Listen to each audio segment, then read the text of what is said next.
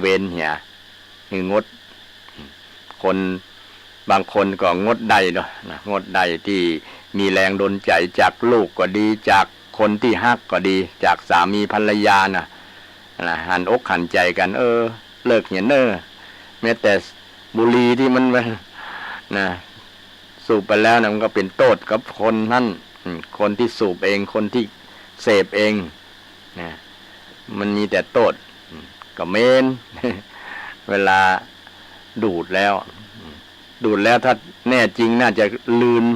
ควันเข้าไปเลยนะยังปล่อยออกมาเห็นถ้าว่ามันดี ถ้าว่ามันดีแต่ก่อนอาตมาก็เคยสูบเคยดูดเช่นเดียวกันนะเกือบติดเหมือนกันแล้วแต่พิจารณาแล้วมันบ่หันมีประโยชน์ยังหาประโยชน์มันบ่ได้นะบางคนว่าสูบแล้วมันทำให้มันม่วนเนี่ยมันเหมือนกับอยู่บนสวรรค์ จิตใจมันนะลื่นเริงม่วนเนี่ยลืมทุกลืมอย่างเรื่องเล่าอย่างต่างๆได้โดยเฉพาะกินยาบ้าเนี่ยมันบีบสมองทำให้มันเพลิดเพลินมันเมาไปตามให้มันม่วนด้วยมีความคิดว่ามันม่วนอย่างประมาณนั้น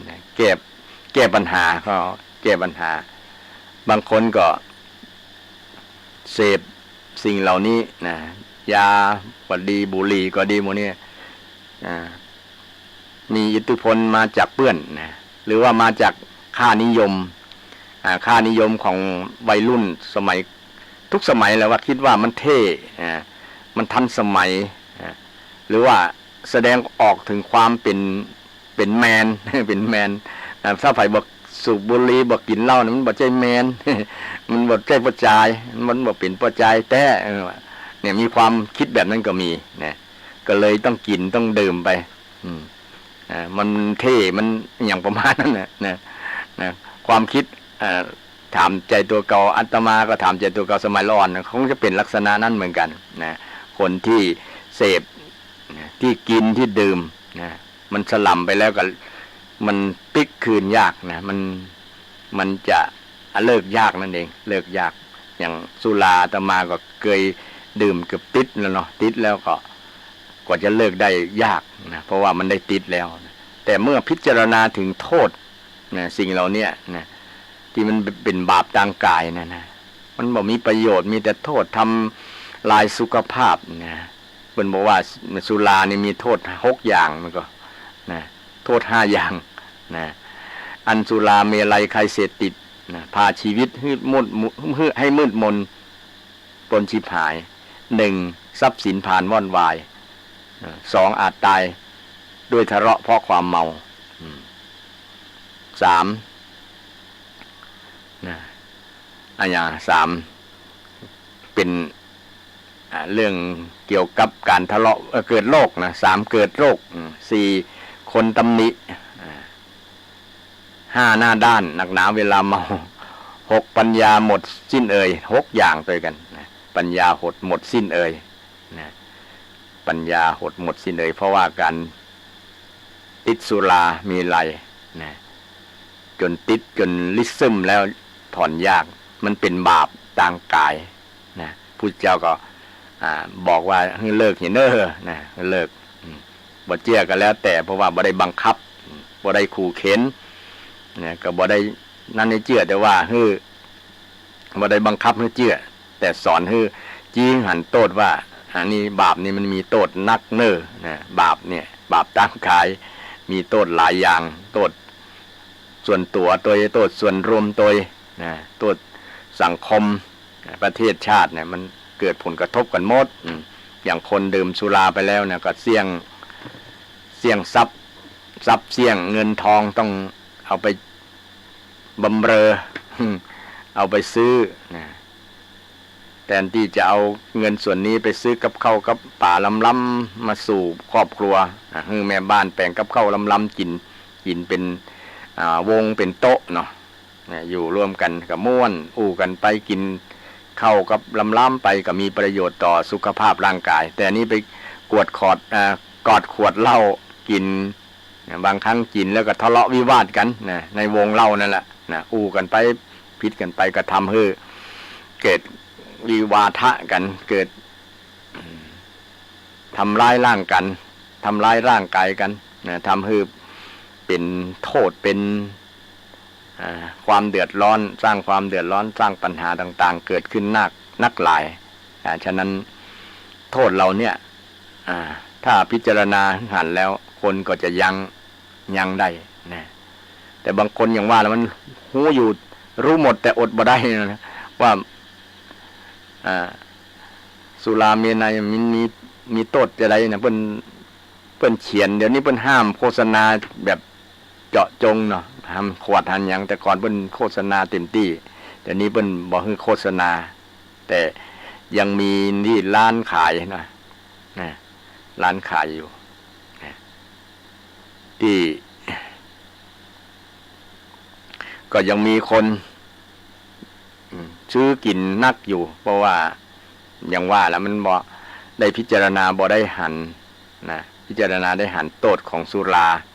นะถ้าหันจริงๆแล้วก็จะเกิดคิดได้เข้าใจโอ้เฮาได้ถลำตัวมาแล้วนะ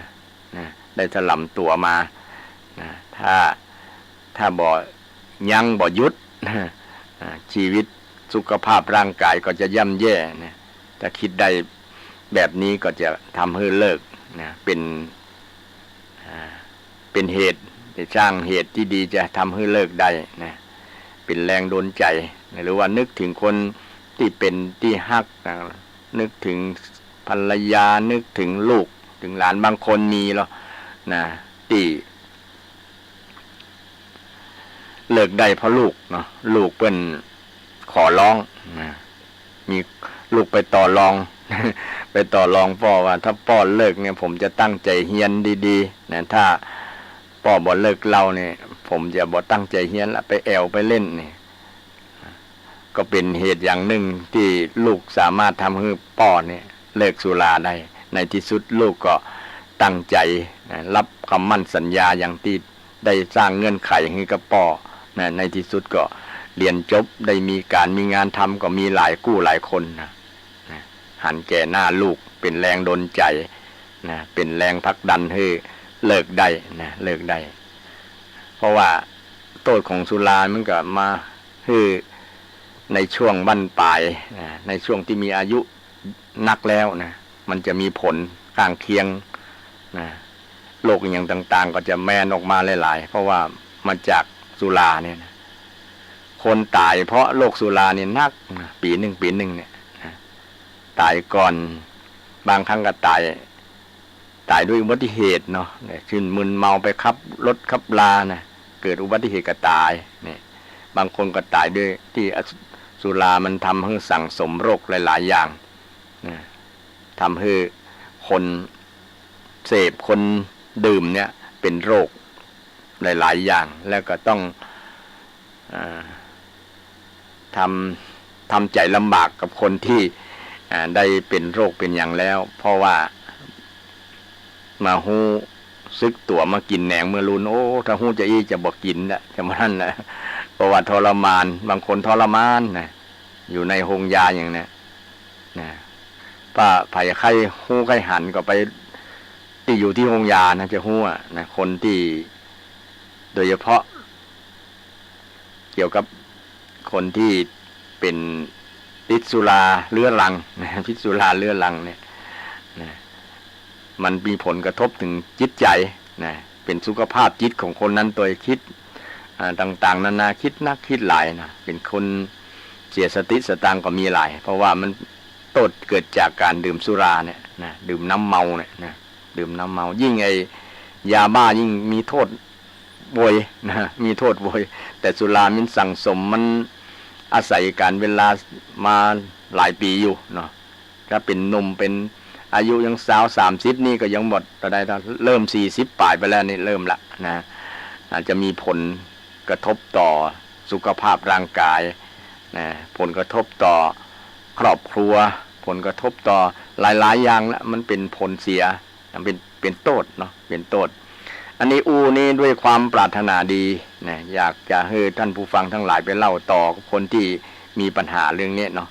นะโดยเฉพาะเป็นลูกเป็นหลานเขาก็ต้องแบบ ด้วยความปรารถนาดีบ่ใช่อู้ด่าเขานะแนะนำเนาะว่าเป็นอีเนอด้วยความปรารถนาดีอยากจะให้เลิกปอนบ่มีประโยชน์มีอยู่สักน้อยนะเช่นเวลาเขาจะใส่อย่างผสมเป็นยาเนาะเป็นผสมเป็นยาสุราก็มีประโยชน์อยู่เกี่ยวกับถ้ามันเกี่ยวกับเป็นยารักษาโรคบางอย่างบรรเทาโรคบางอย่างได้แต่บ่ได้กินแต่บ่ใช่จำนวนนักจำนวนน้อยๆเช่นยาอย่างยาดองดองยาดองเหล้านี่นะเอาเหล้ามาดองกับเหล้าเนี่ยก็กินวันละกงละกิดละกึบ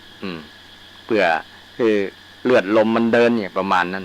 บางคนก็มีหรอนะมีที่กินเป็นเพื่อสุขภาพคือมันเลือดลมมันสูบฉีดดีนะซึ่งทำให้เป็นผลดีต่อสุขภาพอันนั้นก็ยกเว้นไปแต่คนที่มันติดแล้วมันกิ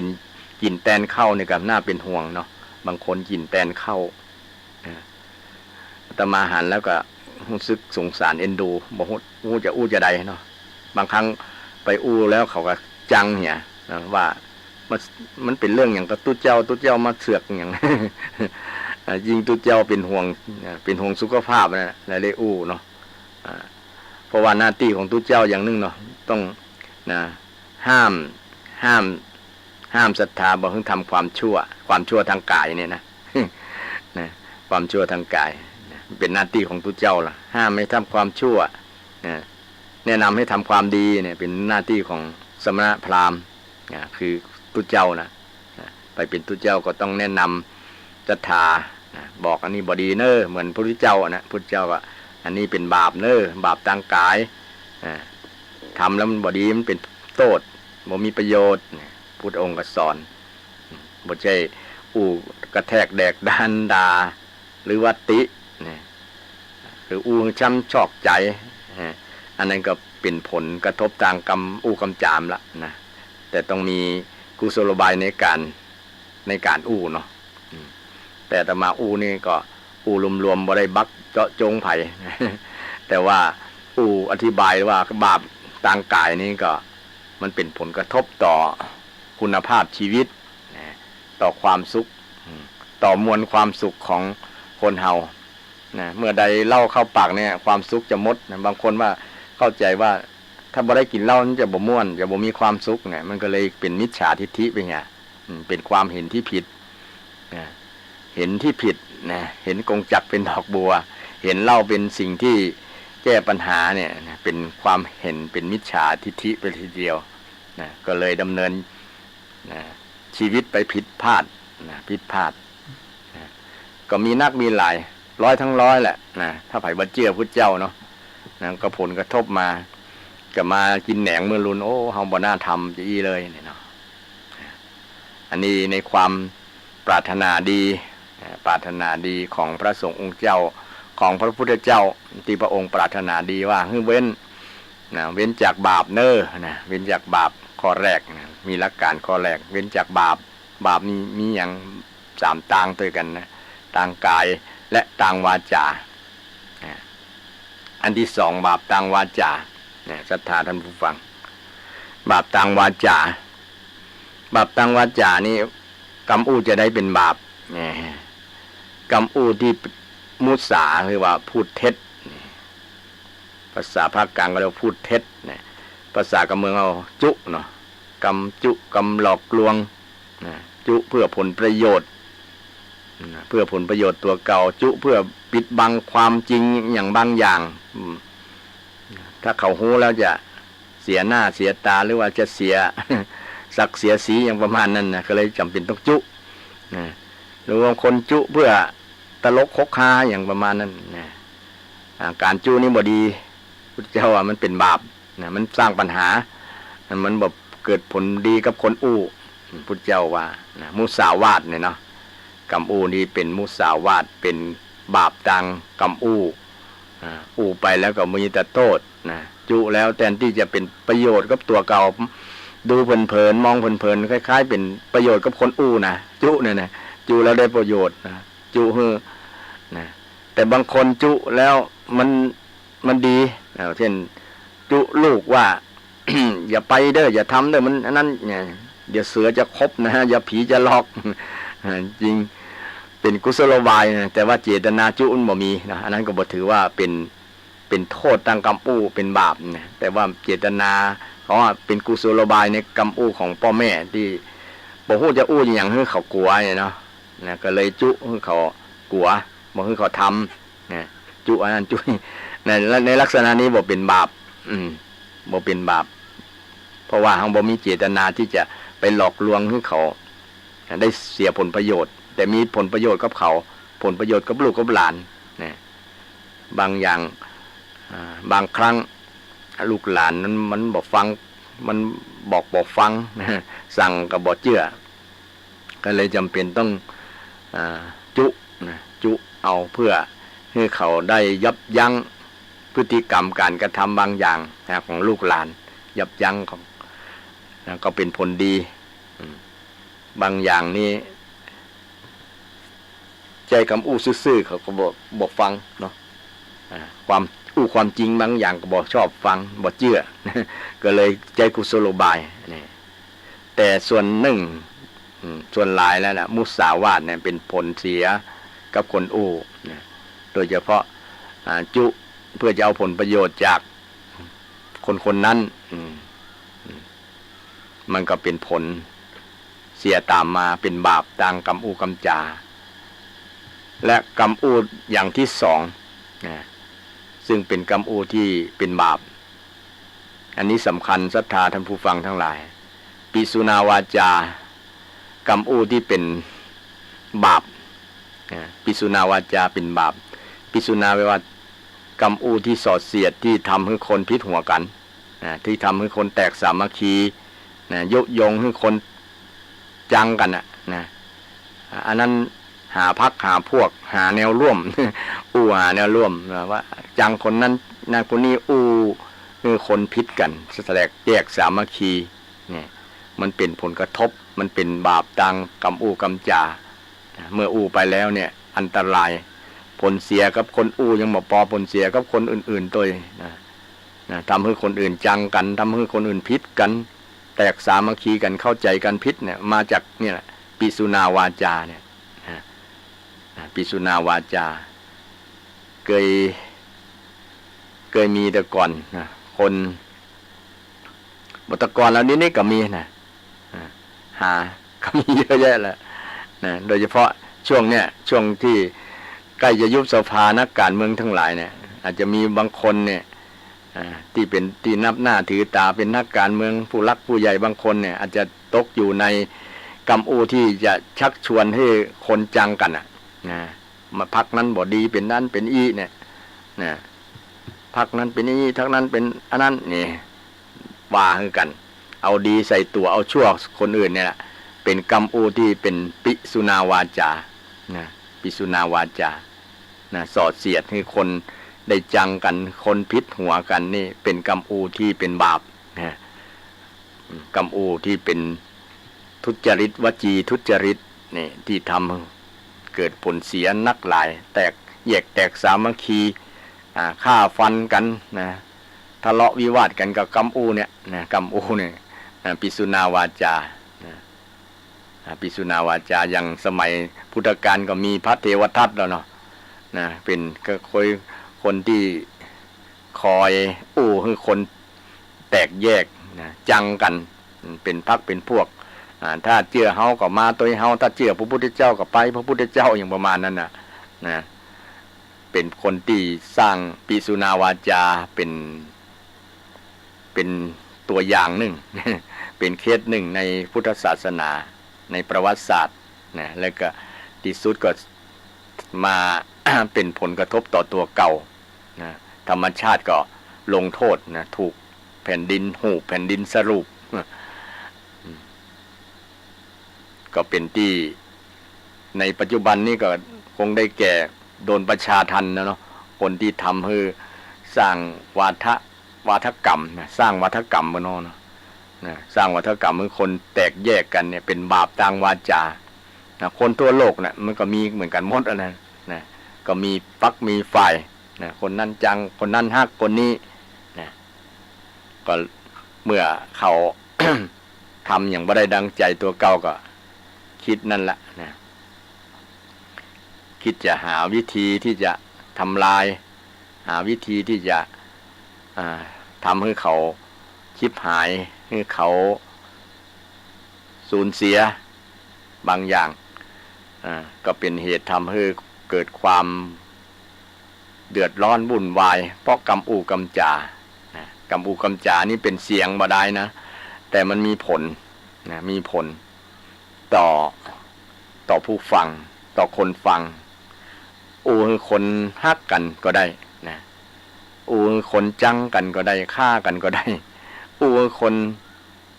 ฆ่าตัวตายก็ยังได้เลยนะสมัยพุทธกาลก็มีหรออู่คือคนฆ่าตัวตายอู่คน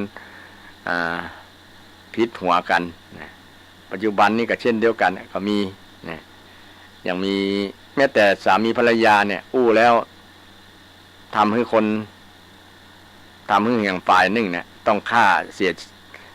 ตัวเก่าตายเสียชีวิตนะมีหลายแล้วสามีภรรยาทะเลาะกันนะสามีน้อยใจหรือว่าภรรยาน้อยใจก็ไปฆ่าตัวเก่าตายไปกินยาตายไปผูกคอตายเพราะกรรมอูดเนี่ยปิสุนาวาจานี่แหละมันสอดเสียดทิ่มแทงจิตใจนะคือคนอื่นคนที่ได้ฟังมันเจ็บนะเพราะว่าเจ็บอื่นหมื่นแสนยังแข่งคลายเจ็บจนตายเพราะแหนมเหน็บให้เจ็บใจนะเพราะกรรมอูกรรมจ่ามันทิ่มแทงเหมือนหอกเหมือนดาบมาทิ่มแทงจิตใจแทงติดจิตติดใจแล้วมันเจ็บนะนึกถึงเมื่อไรก็เจ็บนะ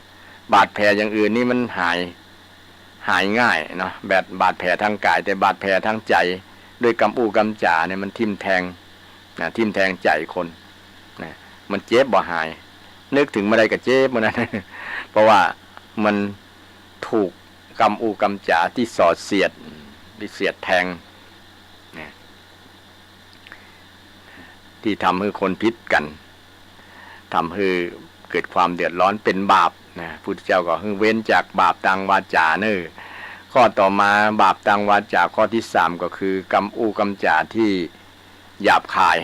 นะที่หยาบคายนะกรรมอูกรรมจ่าที่หยาบคายนะที่บ่ม่วนหูด่ากันท่อกันสมัยพุทธกาลนี่มีนางมาคันธยาจ้างคนมาด่าพุทธเจ้าด่าเป็นสัตว์เป็นผีเป็นเพศเป็นโจรเป็นอย่างต่างๆสปะอย่างนะงัดมาขุดมาด่านะจนคนฟังอยู่ใกล้ๆเนี่ยทนบ่ได้มีพระอานนท์เป็นต้นนะพระอานนท์ก็ถามว่าฟังได้จะได้เนี่ยทนได้จะได้นะพระเจ้าก็เปรียบเหมือนว่าเฮาเปรียบเหมือนเข้าสู่สงคราม สงครามปากคนนี่มันมีอาวุธเป็นอาวุธนะทิ่มแทงเข้าในหูแล้วมันเหมือนกับเอาอย่างมาทิ่มในจิตในใจมันเจ็บมันเจ็บแปลบปวดเนี่ยมีอย่างกับบ่เต้าละมันเจ็บใจเนี่ยนะมันรู้สึกว่ากินก็บ่ได้นอนก็บ่หลับเพราะว่า ถูกต้องมานอนเลียแผลด้วยกรรมอูกรรมจ่าที่ด่าทอก็ดีที่ประณามที่ดูหมิ่นเหยียดหยามอย่างพวกนี้นะบางศาสนาเพิ่นถือนะศรัทธาคำดูถูกเหยียดหยามคำด่าคำประณามกันหมู่นี้นะบ่ได้นะเพิ่นจะถือกันขนาดนะแต่เฮาถ้าบรรลุธรรมแล้วก็บ่มีปัญหาแล้วนะเกี่ยวกับกรรมอูกรรมจ่าคือมีขันติธรรมก็ดีเนาะมีความอดทนต่อความเจ็บใจนี่นะพิจารณาธรรมะว่า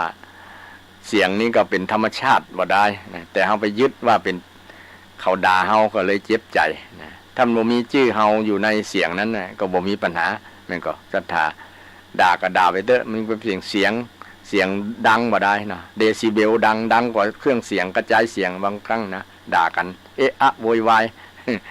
แต่เมื่อใดมีชื่อเฮามาพ่วงมันด่าเฮาเหรอนี่มันว่าเฮาเหรอเนี่ยมันมีตัวเฮาตัวกูขึ้นมาเนี่ยนะ เลยทำให้เนี่ยเจ็บใจเจ็บอกเจ็บใจกับ มันก็มีก็เป็นความจริงเนี่ยเป็นธรรมชาติอย่างหนึ่งนะสำหรับคนที่ยังบอกบรรลุนะถ้าคนบรรลุแล้วก็บ่มีปัญหาอย่างพระพุทธเจ้านะเปิ้นบรรลุธรรมแล้วเนาะเปิ้นบรรลุพระอรหันต์แล้วไผดาก็บ่เป็นหยังบ่มีผลกระทบนะบ่มีผลกระทบกับพระองค์นะพระองค์บ่ได้ยึดมั่นถือมั่นว่าเขาด่าพระองค์นะแต่มีความยึดมั่นถือมั่นเมื่อใดก็เดือดร้อนเมื่อนั้นแหละนะแต่พระองค์ได้ปล่อยวางหมดแล้วได้บ่มีกิเลสในจิตในใจแล้วบ่มีความบ่มีความยึดมั่นถือมั่นบ่มีอุปทานนะในขันธ์ห้าของพระองค์ไม่มีอุปทานในขันธ์ห้าพระองค์ก็เลยทำจิตทำใจได้นี่เรื่องกรรมที่เป็นบาปนะเป็นบาปที่ขยายความจากหลักการที่พุทธเจ้าว่าข้อแรกคือว่าสัพพปาปัสสะอาการนังนะคือการไม่ทำบาปทั้งปวงการไม่ทำบาปทั้งปวงก็คือทำบาปทางกายก็ดีทำบาปทางวาจานี่กำลังถึงบาปทางวาจาที่ไปแล้วมันเป็นบาปเป็นสิ่งที่เศร้าหมองเป็นสิ่งที่มีโทษนะพระองค์ก็เว้นจากกรรมนั้นนะกรรมนั้นพระองค์ได้สอนให้โอวาทในวันมาฆบูชาก็นำมาเล่าสาระสำคัญคำสอนโอวาทให้ศรัทธาท่านผู้ฟังทั้งหลายว่าการเว้นจากบาปคือเว้นจากเนี่ยคือเว้นจากกายกรรมก็ดีวจีกรรมก็ดีมโนกรรมก็ดีนะว่าณขณะนี้กำลังเรื่องวจีกรรมนะคือกรรมการกระทำทางวาจาเป็นวจีกรรมนะกรรมกรรมจาที่มันเป็นบาปเป็นสิ่งที่ทำให้เศร้าหมองชีวิตเศร้าหมองเป็นโทษบ่เป็นประโยชน์นะเป็นสร้างความเดือดร้อนนะพระองค์ก็เว้นนะเว้นบ่ให้ทำสัพพปาปัสสะอาการนังคือไม่กระทำนะไม่ควรกระทำนะไม่ควรกระทำกายกรรมที่เป็นบาปวจีกรรมที่เป็นบาปมโนกรรมที่เป็นบาปอกุศลกรรมบท10ประการนั่นแหละนะเว้นอกุศลกรรมบท10ประการเว้นจากกรรมที่บ่มีประโยชน์นะเป็นภาษาบาลีเป็นห้องว่า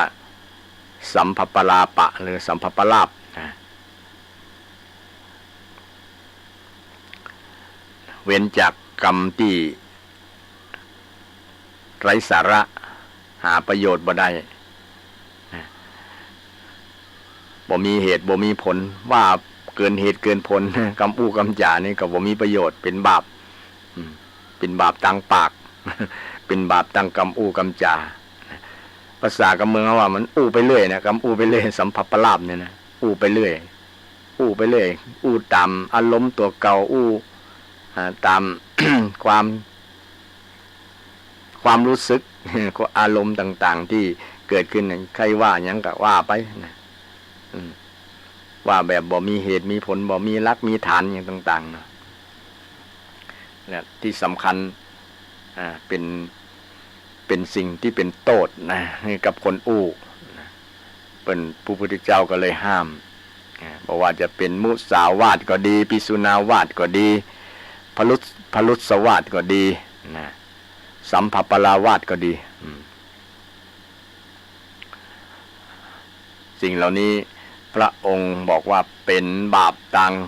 วาจานี่บาปทางวาจาถ้าเราจะสร้างบุญทางวาจาทางบุญทางกรรมกรรมจาเนาะนะซึ่งจะมาในข้อที่2ที่ว่ากุศลสูปสัมปทานะการกระทำที่เป็นบุญทางวาจานี่ทำจะได้พ่องนะมันจะเป็นก็จะยกยอดไปในนั่นก่อนอันนี้ก็เรื่องบาปตั้งใจนะบาปตั้งใจก็คือ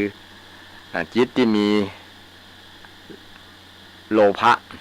มีโทสะมีโมหะจิตมีโลภะความโลภมันเป็นบาปใครได้ของคนอื่นมาเป็นของตัวเก่าจิตคิดใครได้ของตัวของคนอื่นหันของคนอื่นงามหันของคนอื่นดีก็อยากจะได้มาเป็นเจ้าของบ่ได้ด้วยเล่ห์ก็เอาด้วยกลบ่ได้ด้วยมนต์ก็เอาด้วยคาถาคิดจะเอาก็เลย เกิดคดีเกิดเรื่องเกิดราวต่างๆเกิดขึ้นเพราะมาจากบาปความคิดจะเอาของคนเนี่ยนะจะเอาของคนซึ่งไม่ใช่ของตัวเก่าจะเอามาเป็นของตัวเก่านะทรัพย์สินเดี๋ยวนี้ยิ่งมีนักเพราะว่าเศรษฐกิจแบบนี้ยิ่งทำให้คนสร้างบาปสร้างกรรมโดยความคิดที่จะเอามาให้เป็นของตัวเก่าบางครั้งแม่นะคนที่เป็นแม่นะคลอดลูกมาใหม่ๆหรือบอกมีเงินจะเลี้ยงลูกก็ต้องไปปล้นธนาคารไปปล้นทองเนี่ยก็เคยมีนะมีเพราะว่ามัน บอกมีตังไปแล้วประมาณนั้นนะ เลยสร้างบาปสร้างกรรมตามความคิดแล้วก็สร้างกรรมตามกายกรรมตัวนะไปลักขโมยของเปิ้นเพราะมีความโลภอยากจะได้ของเปิ้นแทนที่จะ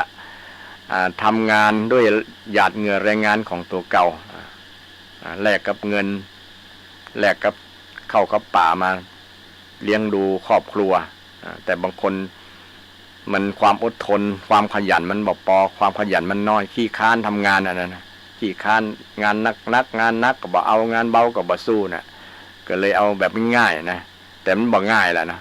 ถ้าคิดแบบนั้นคิดจะเอาของคนอื่นคิดจะลักขโมยนะไปปล้นเงินปล้นทองปล้นธนาคารเนี่ยนะหรือไปหลอกลวงแม้แต่ตู้เจ้าเดี๋ยวนี้ก็เจอ 18 มงกุฎความ18 มงกุฎพวกที่หลอกลวงบอกกลัวบาปกลัวบุญบอกกลัวอย่างสักอย่างละนะเรื่องบาปเรื่องบุญก็บอกกลัวแล้วเดี๋ยวนี้นะก็กลัวอดดิ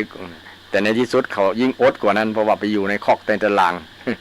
เพราะว่าความคิดโลภไงโลภะคืออยากได้ของคนอื่นนะแต่จะได้ถ้าได้มาด้วยของตัวเองเขาบอกถือว่าเป็นความโลภนะศรัทธาเนี่ยเช่นทำมาหากินแล้วรวยเนี่ยนะทำมาหากินด้วยหยาดเหงื่อแรงงานด้วยความขยันเนี่ยด้วยความเพียรของคนนั้นบ่ถือว่าโลภอย่างเศรษฐีในพุทธกาลเศรษฐีบางคนเนี่ยเพิ่นมีความขยันมันเพียรตื่นแต่เช้าเนาะทำงานนักกว่า10 ชั่วโมงต่อวันเนี่ยบางคนทำงาน12 ชั่วโมงต่อวัน18 ชั่วโมงต่อวันก็มีพักผ่อนเพียงแค่6 ชั่วโมงด้วยความขยันหมั่นเพียรเขาก็เลยมีเงินมีทองมีทรัพย์สินเงินทองมีสิ่งที่ปรารถนาได้ด้วยบ่ต้องไปลักขโมยไผนะเพราะอาศัยความหมั่นเพียรอาศัยธรรมะนี่แหละนะอาศัยเพิ่งธรรมะนะเพิ่งความขยันเพิ่งความเพียรเพิ่งล้ำแข้งตัวเก่าบ่จะไปเอาสิ่งที่มาง่ายๆที่เป็นของคนอื่นเนี่ยมันเป็นความโลภะคือความโลภอยากได้ของคนอื่นนะมันยังมีศีลข้อ2ว่าอทินนาทานาเวว่ามีเอาสิ่งที่เจ้าของไม่ได้ให้เอาสิ่งที่คนอื่นไม่ได้ให้เนี่ยเป็นอทินนาเป็นอทินนาทานนะเป็นความโลภนะต้องประกอบสัมมาชีพนะสัมมาชีพคืออาชีพที่สุจริตอาชีพที่บ่ผิดกฎหมายนะมันจึงจะบ่เป็นโลภะเกิดขึ้นนะได้มาแล้วก็ด้วยความภาคภูมิใจว่าทำได้แต่ได้กับเปิงใจแต่อันก็เป็น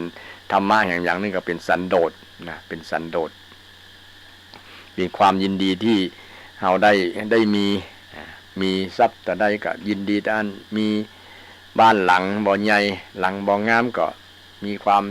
ขอให้ครอบครัวอบอุ่นก็ถือว่ามีความสุขแล้วนะบ่ต้องไปละโมบอยากได้ของคนอื่นอยากได้สิ่งที่ผิดกฎหมายนะอยากได้เงินทอง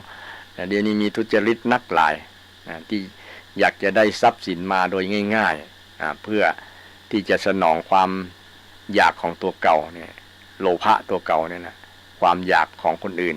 ความอยากได้ของคนอื่นความอยากได้ที่ผิดกฎหมายนะมันเป็น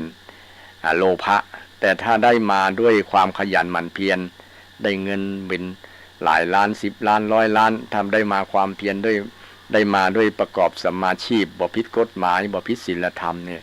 ก็บ่ใช่เป็นความโลภแต่คนที่ทำงานด้วย ได้มาด้วยสุจริตยุติธรรมแล้วรวยแล้วเปิ้นก็มีวิธีบริหารเงินของเปิ้นเช่นเปิ้นมาตั้งโรงทานสมัยก่อนเนาะ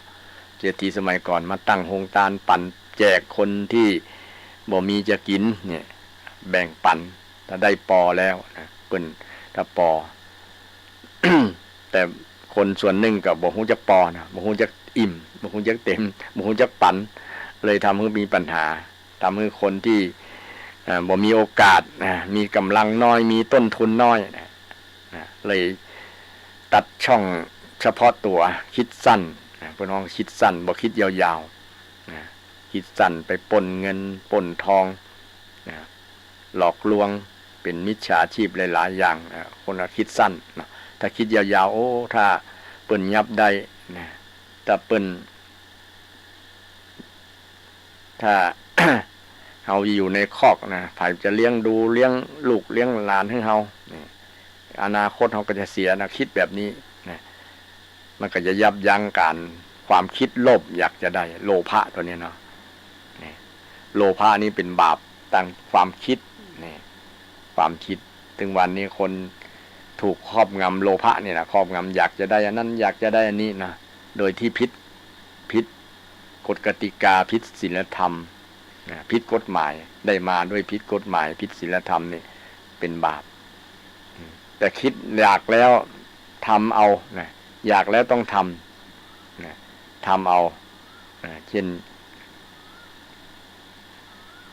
อยากได้เงินก็ต้องทำงานจึงผ่านพบอยากเรียนจบต้องขยันหมั่นศึกษาเพิ่นว่าอยากมีความรู้ต้อง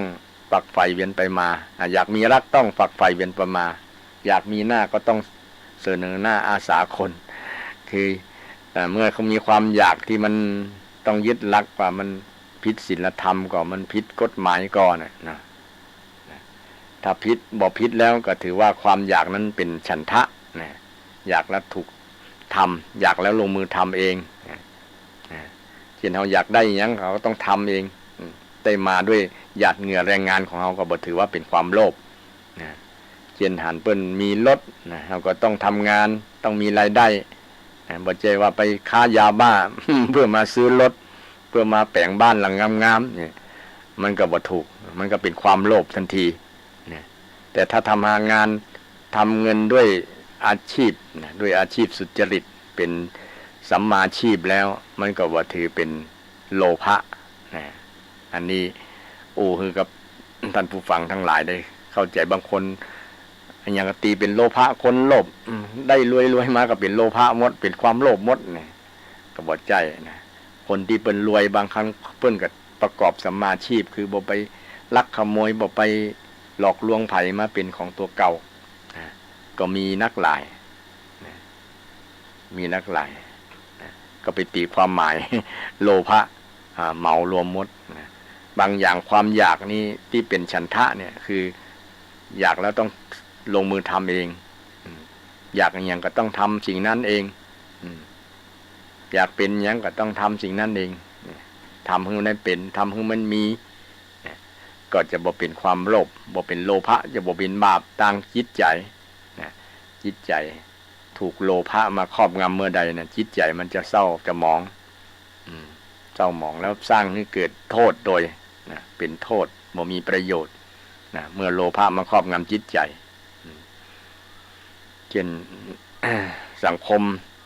บางคนมีความอยากเนาะอยากจะได้เช่นหันหนุ่มสาวหันหน้าหันตาเกิดความอยากจะได้มาเป็นคู่ครองเลยนะก็ต้องปฏิบัติตามทำนองครองธรรมตามหลักศีลธรรมตามหลักกฎหมายตามหลักกฎหมายตามกฎกติกาตามธรรมเนียมเนาะอยากได้แล้วไม่ใช่ว่าไปเป็นจู้เปิ้นนะไปหลอกลวงเปิ้นอันนี้ก็เป็นเกิดความอยากที่เป็นโลภะอยากได้สามีภรรยาคนอื่น มันก็เป็นโทษนะสร้างความแตกแยกครอบครัวแตกแยกแตกสามัคคีกันนี่มันก็เป็นโลภะอย่างหนึ่งอยากได้คนมาเป็นคู่ครองอยากได้รูปหล่อๆสวยๆงามๆมันก็เป็นโลภะที่ผิดศีลผิดธรรมแต่ถ้าอยากได้ที่ คนนั้นจะมาเป็นคู่ครองเป็นสามีภรรยาบุคคลเหล่านั้นบ่มีเปิ้นว่าบ่มีกฎห้ามก็ห้ามไว้อย่างคนที่ แม่หญิงที่บ่มีเจ้าของที่บ่มีเจ้าของก็ถือว่าแต่แม่หญิงที่มีเจ้าของนี่มีหลายประเภทที่พอใจที่จะไปทำพิษกับกาเมสุมิจฉาจารเนี่ยนะไปพิษศีลข้อ3เนี่ยก็มีอยู่นักในพุทธศาสนาได้สอนเช่นหญิงมีมารดาปกครองมีบิดาปกครองหญิงมีพี่น้องปกครองพี่น้องดูแลรักษาแม้แต่หญิงมีธรรมวินัยรักษาก็ไปพิษก็ถือว่าไปพิษกาเมตัวนะไปเอาสิ่งที่คนมีเจ้าของอยู่นะคนที่มีธรรมรักษาก็ได้แก่ภิกษุณีเนี่ยเนาะภิกษุณีสิกขามานาสามเณรีเนี่ย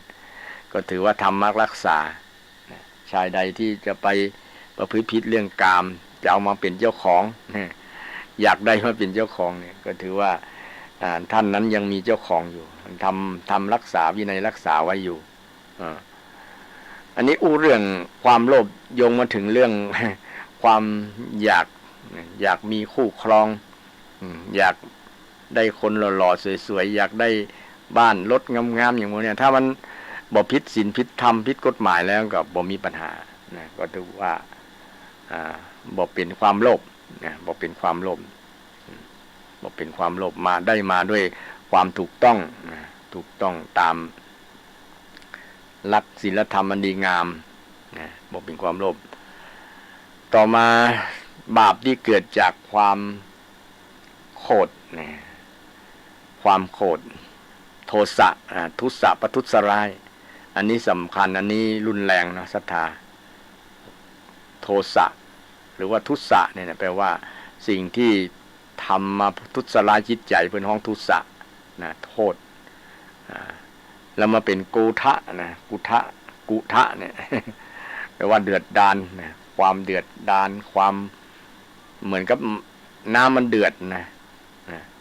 คนที่มีความโกรธในภาษากำเมืองว่าโกรธนะภาษาไทยว่าโกรธนะโกรธทั้งเกลียดเลยนะมีเกลียดเลยนะเกลียดเนี่ยเกลียดชังมันเหมือนกับไฟเหมือนกับน้ำเดือดนะน้ำมันอย่างต่ำเดือดในกระทะเดือดในหม้อนะปุ๊ดขึ้นน่ะคนก็เหมือนกันจิตใจที่มันถูกโทสะประทุษร้ายนะมันจะเดือดแบบนั้นนะจิตใจมันหัวใจเต้นตุ๊บเต้นโวย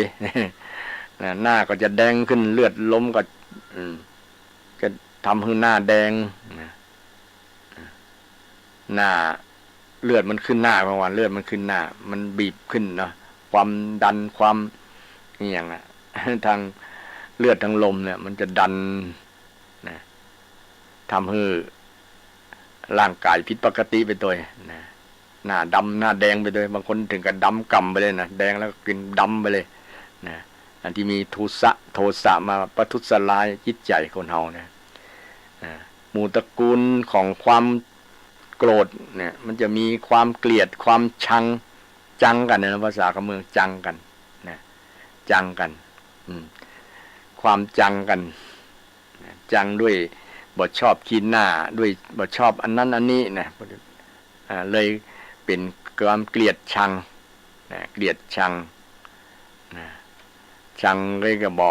บ่จากันบ่คบค้าสมาคมแม้แต่บ่อยากเจอหน้าอย่างประมาณนั้นนะบ่อยากเจอหน้าบ่อยากพูดจาบ่อยากทักอยากทายกันมันเป็นลูกน้องของโทสะมันนี่นะความโกรธความเกลียดเป็น เป็นสิ่งที่ทำให้จิตใจเศร้าหมองวันไหนก็ตามมีความเกลียดชังมีความบ่ชอบจังที่หน้ากันนะก็จะนึกถึงหน้าคนนั้นกันมันสภาพจิตใจนะมันก็จะเศร้าหมองบ่ใสบ่สะอาดนะมันเป็นบาปตั้งใจนะใครมีก็โปรดทราบว่านี่เนี่ยบาป ตั้งนี้มันกินใจเฮาละนะโทสะมันกินมันเริ่มมากินเหมือนกับสนิมกินเล็กเนาะนะสนิมมันกินกัดกินกำน้อยนะในที่สุดเล็กกับพวกก็มดไปมดสภาพเป็นเล็กเลยนะถูกสนิมนะสนิมคือกิเลสนะถูกแทะเล็มมาแทะเล็มจิตใจคนโทสะก็เช่นเดียวกันมาประทุษร้ายนะคำว่าประทุษร้ายเนี่ยน่ากลัวนะศรัทธาท่านผู้ฟังประทุษร้ายใจตัวเก่าให้เศร้ามองให้มองนะใจมันมองนะมันบ่สะอาดเนาะมันมองเหมือนกับฝุ่นมาจับกระจกรถกระจกประตูหน้าต่างนะเวลาฝุ่นละเอียดเนี่ยนะจับมันเมินแล้วมันพอบ่หันยังคนเฮาก็เช่นเดียวกันถ้าถูกกิเลสมาจับใจมาบังใจมันก็จะพอบ่ออกพอบ่หันความดีพอบ่หันสิ่งที่เป็นกุศลมันบังไว้หรอนะโทสะก็บังไว้โลภะก็บังไว้นะบังจิตบังใจเหมือนกับฝุ่นบังกระจกบ่ให้มันหันทางในบ่หันใส่ทางในคนขับรถก็บ่หันนะเวลาบ่ล้างบ่สะอาดทำความสะอาดกระจกนะเวลาจะขับไปไหนก็ลำบากนะอาจจะเกิดอุบัติเหตุได้จิตใจของคนเฮาเช่นเดียวกันบ่ทำความสะอาดจิตใจนะใจมันหมองมันบ่สะอาดแล้วนะถูกความโลภก็ดีความโกรธก็ดีมาบังจิตมาบังใจมาปิดกั้นจิตใจไว้นะจิตใจก็บ่ใสสะอาดบ่หันความดีงามนะบ่หันบุญบ่หันกุศลหันแต่โทษคนอื่นนะจับผิดคนอื่น มันเป็นจะอันอีนั้นเป็นจะอีนะจังมัน นะอยู่หั่นละนะบ่วางนะบ่ปล่อยบ่วางการบ่ปล่อยบ่วางนี่เนี่ยมันทำให้ปิดบังนะมันปิดบังปิดบังสติปัญญานะแทนที่จะคิด ที่เป็นกุศลนะกลับมาคิดเป็นอกุศลที่มีความโลภกิเลสใหญ่ๆมาบังจิตบังใจเฮาเนี่ยบ่ให้เห็นหันความดีบ่ให้หันกุศลทั้งหลายอกุศลมาบังกุศลนั่นเองนะโลภะนี่เป็นอกุศลโทสะก็เป็นอกุศลโมหะก็เช่นเดียวกันยิ่งโมหะเนี่ยนะโมหะคือหลงเนาะหลงเมาภาษากำมือเฮาเมาเนาะเมาอย่างนั้นก็ติดอยู่กับนั่นแหละนะบอกไปไหนละนะเมาหรือว่าหลงตนลืมตายหลงกายลืมแก่หลงเมียลืมพ่อลืมแม่หลงแน่ๆคือหลงตัวเอง นี่ไอ้หลงเนี่ยโมหะนี่หลงมาบิดบังจิตใจเนี่ยทำให้จิตใจเฮามันเสียสูญเสียบ่มีความสุขมีแต่โทษเรื่องโมหะเพิ่มลงเนี่ยก็มีเรื่องเล่าหลายๆเรื่องนะเรื่องเล่าหลายๆเรื่องศรัทธาฟังเช่นคนที่หลงเช่นหลงกายหลงรูปเนาะหลงรูปมีแม่หญิงคนหนึ่งเป็นหลงในสมัยพุทธกาลหลงเมาพ่อใจก็หน้าตาดีพ้องแต่ว่าเป็นคนรับใช้เป็นทาสกรรมกรทำงานอยู่บ้านเศรษฐีแม่หญิงคนนี้ก็เป็นลูกเศรษฐีมีหน้าตาสะสวยดีที่แล้วแต่ว่ามาหลงมาเมาในรูปหล่อ รูปหล่ออ้ายนี่นะในที่สุดก็ได้เสียกันเป็นสามีภรรยาลับๆนะโดยที่พ่อแม่บ่ฮู้แต่นี่เมื่อแม่หญิงคนนี้ได้เสียพรหมจรรย์เสียความเป็นสาวให้กับอ้ายคนรับใช้นี่แล้วก็กลัวโทษตัวเก่าจะเกิดขึ้นกลัวพ่อกลัวแม่จะฮู้ก็เลยจวนกันไปหนีไปอยู่ที่อื่นเนาะหนีความผิดตัวเก่าว่าตัวเก่านี้ได้ทำความผิดต่อพ่อต่อแม่แล้วนะก็นางก็ยังมีละอายอยู่หรอก แต่ว่าด้วยความเมาเนี่ยความเมาในความหล่อนะความหล่อของอ้ายคนรับใช้นี่ก็จวนกันไปอยู่ตั้งไกลๆอยู่ดังใดในป่าในดอยในดงนะที่พ่อแม่จะบ่ฮู้นะไปอยู่ไกลแต่ เมื่อปากันไปอยู่แล้วก็ต้องนับหนึ่งใหม่นะเพราะว่าบ้านจะอยู่ก็บ่มีต้องมาแปลงที่อยู่ข้าวจะกินก็ต้องบ่มีก็ต้องไปเสาะหาผลละหมากรากไม้มากินต้องมาปลูกข้าวปลูกนากันเริ่มต้นใหม่นะที่จะสร้างครอบครัวอนาคตแต่เมื่อนางอยู่แล้วอยู่กันนั่นก็ได้เกิดมีคันมีลูกคนมีลูกนี่ก็จะนึกถึงพ่อถึงแม่จะได้หันจิตหันใจพ่อแม่นะว่าพ่อแม่นี่มีความรักมีความเป็นห่วงจะได้คนเฮาถ้าบ่มีลูกมีนั่นแหละจะบ่ฮู้ความรู้สึกนี้จะบ่เกิดนะมันว่าลักษณะนั้นแม่หญิงคนนี้ก็ลักษณะเดียวกันเมื่อตัวเก่าท้องแก่แล้วก็นึกถึงบ้านนึกถึง นึกเรื่องหลายๆอย่างอนาคตเฮาคิดผิดแล้วก้าเนี่ยเมาอายคนนี้นะมาลำบากตรากตรำต้องอยู่ด้วยความลำบากอยู่ด้วยความเดือดร้อนหลายๆอย่างนะเพราะเมาเพราะหลงในรูปงามของอายเนี่ยนะก็อยากจะปิกบ้านจวนผัวตัวเก่าสามีตัวเก่านะปิกบ้านเตอะอายนะเอาไปบ้านแล้วก็เอามีสิ่งที่จะทำให้พ่อแม่ชุ่มใจได้พ่องก็คือลูกอยู่ในท้องเนี่ยพ่อแม่คงจะยินดีคงบอกว่าอย่างเฮานะคงจะบอกฆ่าบอกปั้นบอกทำโทษเฮานักละนะอายนี่ก็กลัวความผิดก็บอกไปลักนะเฮาบอกกล้าไปกลัวพ่อแม่ตั้งฝ่ายยิงจะจับลงโทษในที่สุด นางก็มีความมีใจอยากจะปิกบ้านไปคลอดลูกที่บ้านดีกว่าเพราะว่าอยู่ในป่ามันลำบากบ่มีไผพ่อญาติพี่น้องก็บ่มีไผสักคนนะคงจะลำบากก็จะไปได้กึ่งต่างก็คลอดลูกเนี่ยนะอายนี่ก็ปิกจากการทำงานมาบ่หันเมียตัวเก่าก็โตยไปเพราะว่าคิดว่าเมียคงจะเดินทางปิกบ้านแล้วไปปากันที่กลางต่างพอดีก็เอาเมียปิกคืนมาเมียปิกคืนมานี่ก็เป็นชีวิตที่ลำบากเพราะว่าความหลงของนางคนนี้ชื่อปตาจลาในที่สุดก็ได้เป็นพระภิกษุณีรูปหนึ่งในพระพุทธศาสนาก็ได้สูญเสียลูก2 คนสามีนั่นก็ถูกงูกัดตายลูกก็คนหนึ่งก็ถูกเหยี่ยวกาบไปลูกคนหนึ่งก็น้ำพัดไปแล้วก็มาทราบข่าวว่าพ่อแม่ก็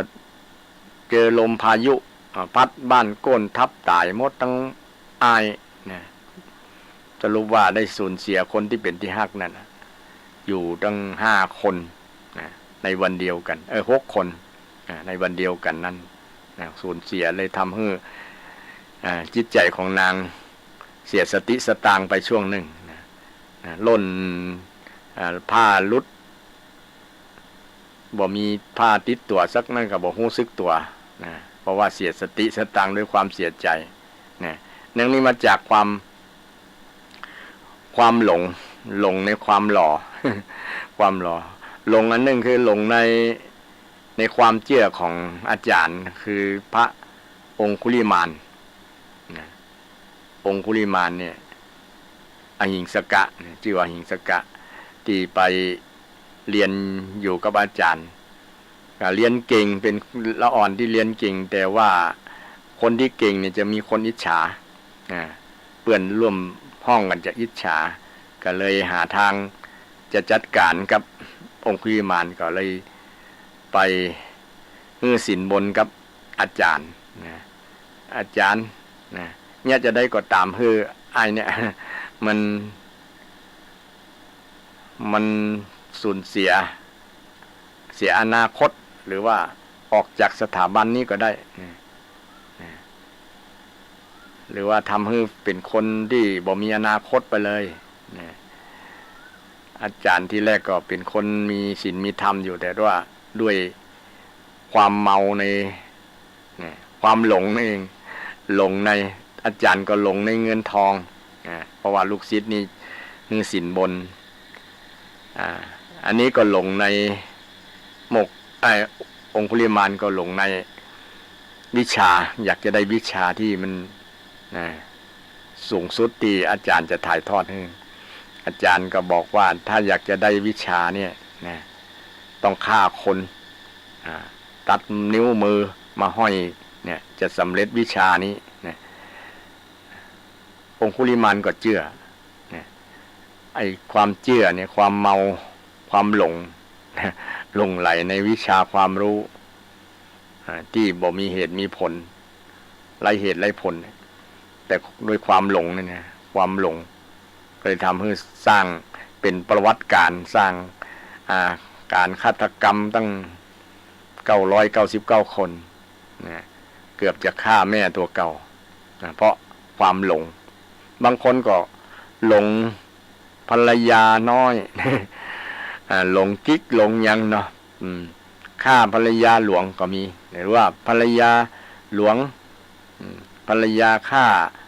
สามีตัวเก่าก็ได้ความหลงเมาในสามีน้อยสามีที่มีรุ่นหนุ่มกว่าเนาะก็มีเยอะแยะมากมายด้วยความหลงในรูปหลงในเสียงหลงในเสียงบางคนก็เมาเสียงเพลงจนบ่เป็นอันกินอันนอนหลงเมาศิลปินคนนั้นคนนี้บางคนคลั่งไคล้จนคลั่งไคล้หลงจนคลั่งไคล้บ่ได้ไปดูบ่ได้ไปอย่างนี้จะกินข้าวบ่ได้นอนบ่หลับประท้วงพ่อประท้วงแม่ก็มีอย่างคนที่ในตัวเมืองในเมืองเจริญเนี่ยนะมีความหลงเกี่ยวกับเรื่องเสียงศิลปินต่างๆหลงรูปหลงเสียงหลงรสนี่หลงรสก็คือยึดติดในรสชาติเมาในรสชาติกินอาหารอร่อยวันไหนบ่ได้กินอาหารอร่อยก็เมาเนี่ยเขาก็อยู่ในตกอยู่ในโลภะกันนะศรัทธาท่านผู้ฟังทั้งหลายเมาในรสชาติความอร่อยนะ ถ้าไผ่บ่เมาก็บ่เป็นโทษนะบางคนบ่ฮู้ธรรมชาติตัวเก่าว่าธรรมชาติมันจะคืนสู่ธรรมชาติ ธรรมชาติคืนสู่ธรรมชาติธรรมชาติคืนสู่ธรรมชาติจะได้หวังอย่างลิ้นเฮาแต่สมัยเป็นละอ่อนเนาะมันก็จะกินอย่างก็ล้ำดื่มอย่างก็หวานลื่นคอเจริญอาหารนะเนาะเจริญอาหารด้วยทีนี้เมื่อแก่ตัวเข้ามันก็ทำให้การเปลี่ยนแปลงของร่างกายการร่างกายของเราลิ้นของเรามันก็รับรสชาติบ่เหมือนเดิมแล้วเราก็มาเป็นตุ๊กกับเรื่องรสชาติแต่ก่อนเหมือนลำเดี๋ยวนี้กินอย่างกับบ่ลำเนี่ยจะจมกันหมดนะโดยเฉพาะคนที่สูงอายุแล้วนะเพราะว่าธรรมชาติของลิ้นธรรมชาติของ ร่างกายของเรามันก็เปลี่ยนไปตามนะมันไปคืนสู่ธรรมชาตินะบอกว่าจะเป็นตั้งแต่ผมขนเล็บฟันหนังเนี่ยมันคืนสู่ธรรมชาติหมดแล้วนะญาติโยมมันบ่เหมือนเดิมมันเป็นอนิจจังทุกขังอนัตตานั่นแหละนะทีนี้เราไปยึดเราไปหลงไงว่ามันจะเหมือนอย่างเหมือนเดิมอย่างจะเหมือนเดิมตาที่หันใส่เคยหันดีๆหันทีนะบ่ต้องใส่แว่นละเดี๋ยวนี้ก็ต้องใส่แว่นใส่แว่นขยายคือหันบางคนก็ยาวบางคนก็สั้นสายตานะสายตาสั้นสายตายาวนี่ก็เป็นธรรมชาตินี่มันเสื่อมง่ายๆเป็นเสื่อมกันเหมือนกันหมดทุกชาติทุกภาษานะศรัทธาอันนี้ก็โยงมาถึงเรื่องว่าเราจะเมาเรื่องรสชาตินะรสชาติอร่อยล้ำๆนะกินอย่างเดี๋ยวนี้อย่างบ่ล้ำอันนั้นเหมือนแต่ก่อนกับแต่ก่อนเดี๋ยวนี้ก็บ่เหมือนกันมันก็ศรัทธาร่างกายเขาก็เหมือนกันเขาแก่แล้วเนาะเราต้องยอมต้องรู้ความจริงนะต้องรู้ความจริงเป็นธรรมชาติที่เราต้องยอมรับให้ได้ยอมรับธรรมชาติที่มัน กลับคืนสู่ธรรมชาติพลิกไปสู่ที่เดิมพลิกไปสู่ที่เดิมทุกคนทุกรูปทุกนามนั่นแหละบอกว่าไผแต่ก่อนที่เขาจะคืนสู่ธรรมชาติเนี่ยเอาก็ควรรู้ความจริงเนี่ยนะรู้ความจริงธรรมะธรรมชาติอันหนึ่งที่มันเป็นผลเสียต่อสุขภาพจิตเราก็คือบาปเนี่ยความโลภความโกรธความหลงเนี่ยมันเป็นตัวบาปนะศรัทธาเป็นตัวบาปแล้วทำลายจิตทำลายชีวิตทำลายจิตใจของเราจิตใจของเราทำให้จิตใจของเราบ่มีอิสระบ่มีความสุขนะบ่มีความสุขเพราะถูกอันนี้ครอบงำโลภะโทสะโมหะเนี่ยเราต้องเวลาเรานั่งรับตานั่งสมาธินะศรัทธาถ้าเจริญวิปัสสนาไปตัวก็คิดว่าคิดไปตัวว่าขณะนี้เขาคิดเรื่องอย่างโลภมาเอามีความโลภก่อเนี่ยจิตใจมีความโลภก่อเนี่ยจิตใจมีโทสะคิดจังไผก่อเนี่ยถามตัวเก่าต้องถามตัวเก่าถ้าบ่มีก็อนุโมทนาสาธุแล้วดีแล้วนะจกดีแล้วไอโลภะโทสะโมหะเนี่ยบ่มาเบียดบังบ่มาเบียดเบียนเฮาบ่มาทำร้ายจิตใจเฮาแต่ทุกวันนี้เฮาถูกไอตัวเนี่ยมาทำลายจิตใจตลอดจนเฮาคุ้นเคยกับมันจนว่าไอตัวนี้แหละเป็นศัตรูตัวร้ายกาจนะศัตรูตัวร้ายกาจที่มาทำลายความสุขโดยเฉพาะสุขภาพจิตใจสุขภาพจิตใจทำให้จิตใจมันเสียดุลดุลยภาพ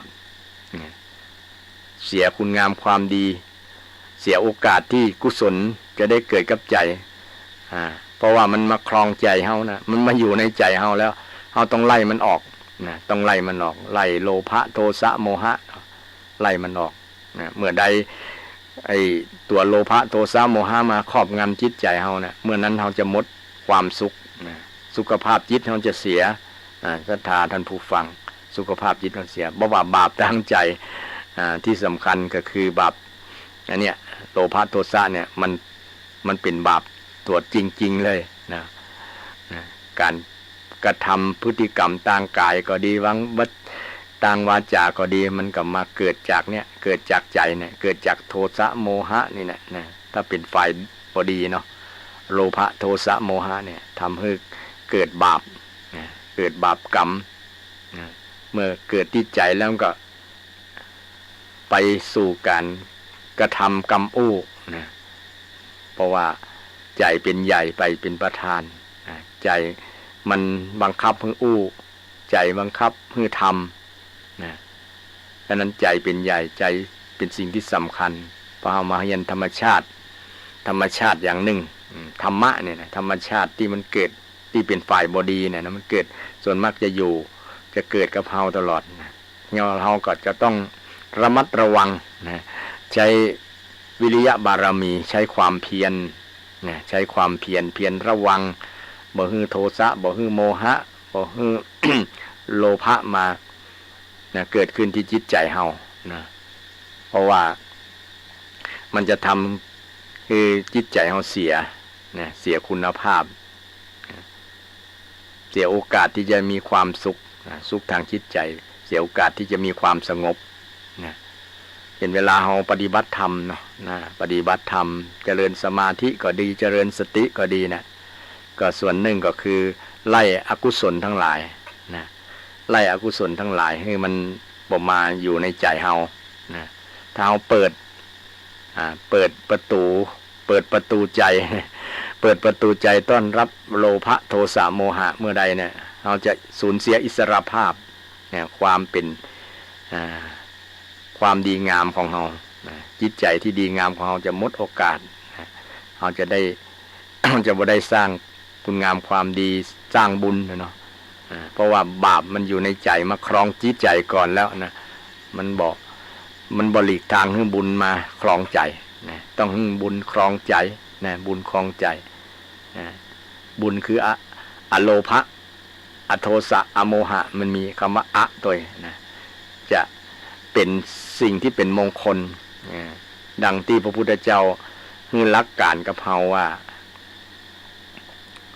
สัพพปาปัสสะอาการนังไม่กระทำบาปทั้งปวงคือไม่ทำบาปทางกายไม่ทำบาปทางวาจาไม่กระทำบาปทางใจนะบาปทางใจคือโลภะโทสะโมหะนี่ศรัทธาแต่ต้นตระกูลมันจริงๆคืออวิชชาเนี่ยศรัทธานะอวิชชาคือความไม่รู้เนี่ยนะทำให้เป็นเจ้านายนะเป็นหัวหน้านะเป็นหัวหน้าแก๊งหัวหน้าแก๊งเนี่ยหัวหน้าหมู่บรรดาโลภะโทสะโมหะนะเพราะอวิชชาทั้งนั้นนะอวิชชาวันหน้าจะได้นำเรื่องอวิชชามาศรัทธาญาติโยมฟังเช่นเดียวกันแต่ว่าวันนี้เรื่องการไม่กระทำบาปนะไม่กระทำบาปบาปคือสิ่งที่ทำให้จิตใจเศร้าหมองนะคือกายเศร้าหมองคือวาจาเศร้าหมองนะซึ่งมันเป็นบาปนะเป็นบาปที่พระพุทธเจ้าได้สอนไว้คือเว้นจากบาปทั้งปวงบาปทั้งปวงก็คือทางกายทางวาจาทางใจนี่ดังที่กล่าวมาที่สรุปลงในกุศลอกุศลนะอกุศลกรรมบท10ประการนั่นแหละนะศรัทธาท่านผู้ฟังนะทีนี้เฮามาฮู้หลักการเฮาฮู้หลักการแล้วเนาะหลักการในโอวาทปาติโมกข์นะมี3ประการคือไม่กระทำบาปทั้งปวงสัพพปาปัสสะกรณัง2กุศลสูปสัมปทาทำกุศลให้ถึงพร้อมทำกุศลให้ถึงพร้อม3ทำจิตให้ขาวรอบบริสุทธิ์สัจจิตะปริโยทปนังทำจิตให้ขาวรอบให้สะอาดนั่นเองให้สะอาดให้สดใสให้สว่างให้สงบซึ่งเป็นคำสอนที่พระพุทธเจ้าได้สอนไว้ทีนี้มาขยายความเกี่ยวกับเรื่องการทำความดีนะความดีให้ถึงพร้อมก็คือการทำกุศลกรรมบท10อย่างนั่นเองเว้นจากอกุศลกรรมบทอกุศลก็คือบอกฆ่าบ่ลักบ่พูดผิดในกาม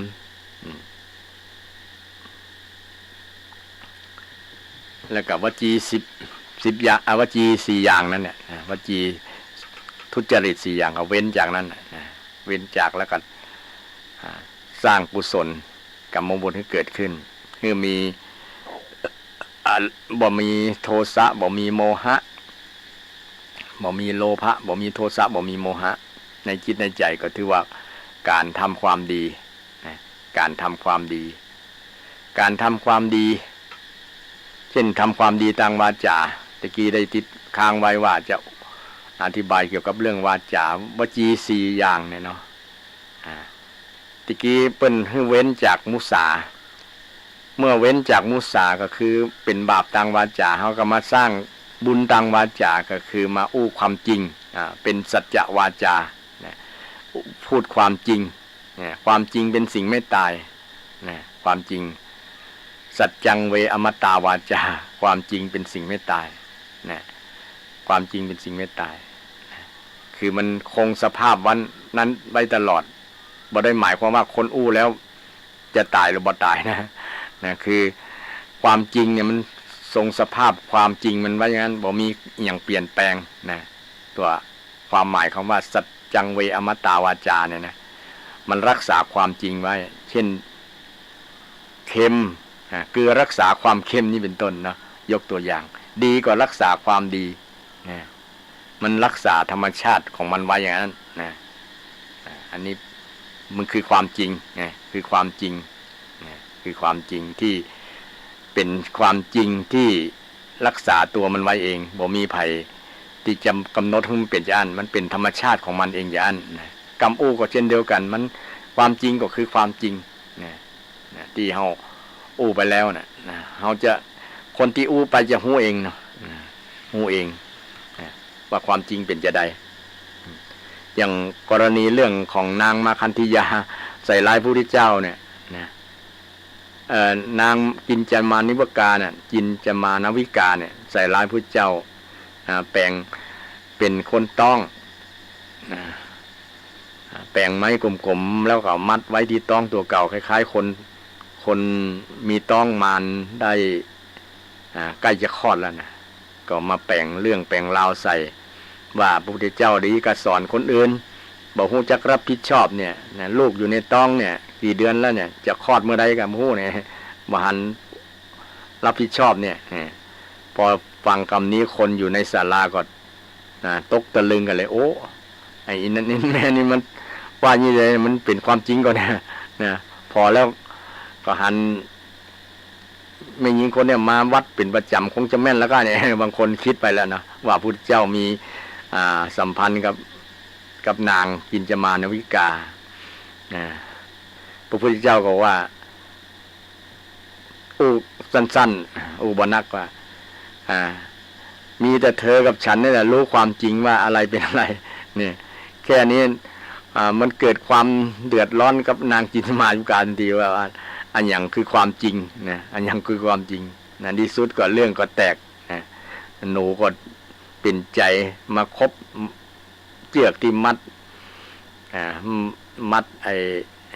ไม้กลมๆที่ทำให้คนเข้าใจว่ามีต้องนะลุดลงคนก็ได้หันความจริงนั้นนี่ความจริงนี่ก็อยู่ที่จะได้มันก็อยู่กับความจริงนั่นแหละ เป็นความจริงบ่มีเป็นความเท็จนี่อันนี้จัดจังเวอมตาวาจากรรมอูที่เป็นบุญนะ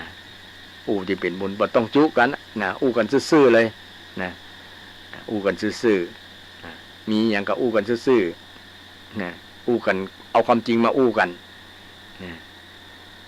อย่างนักการเมืองเนี่ยต้องมีสัจจวาจาบางครั้งเนี่ยไปหาเสียงว่าไปยังแต่ว่า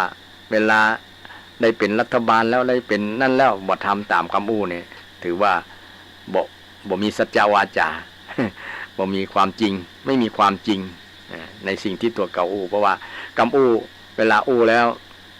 เวลายังมาอู้นี้เป็นนายคำอู้เนาะเวลาอู้ไปแล้วเนี่ยคำอู้เป็นนายนะเป็นนายนะอันนี้เกี่ยวกับกรรมอูที่เป็นบุญคือสัจจวาจาต่อมาสันหวาจานะกรรมอูที่ประกอบด้วยหรือว่าเมตตาวาจาก็ได้นะกรรมอูที่ประกอบด้วยเมตตาด้วยความปรารถนาดีอันนี้สำคัญศรัทธาท่านผู้ฟัง